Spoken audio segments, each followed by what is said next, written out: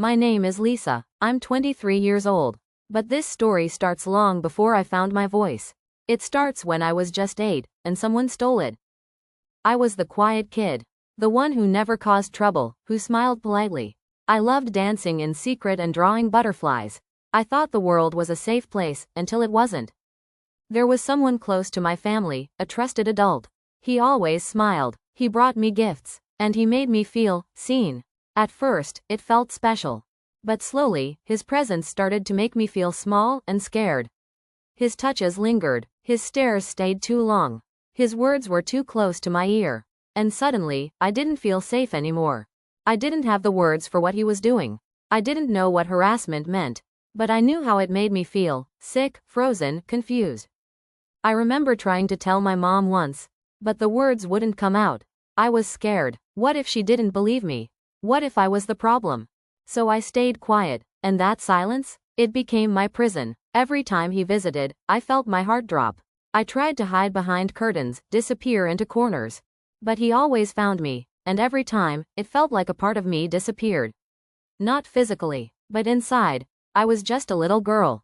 And he was stealing something I didn't know I had. My right to feel safe.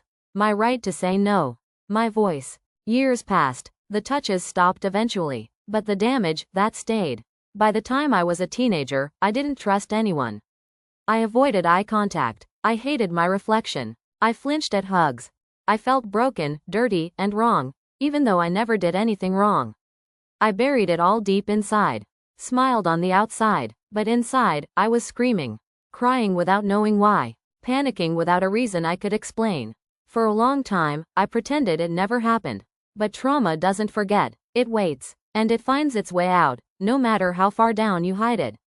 I was 21 when I finally said the words out loud. I was harassed as a child. I said it in a therapist's office. My hands were shaking. My throat was tight. But when I looked up, she didn't flinch. She just listened. And in that moment, I felt seen. I felt heard. I felt safe. That day changed everything. Not all at once, healing is slow. But for the first time in years, I could breathe without guilt. Some days I still wake up with fear. Some days the memories try to pull me back. But I fight, because now I know, I wasn't the one who did something wrong. He was the adult. He chose to hurt a child.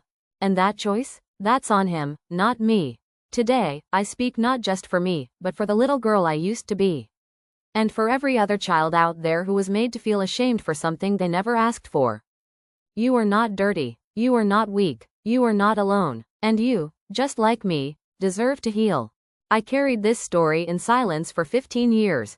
But every time I tell it now, I take back a little more of my power. A little more of my voice. To anyone out there carrying this pain, you're not alone. Your voice matters, and your healing is possible. Thank you for hearing mine.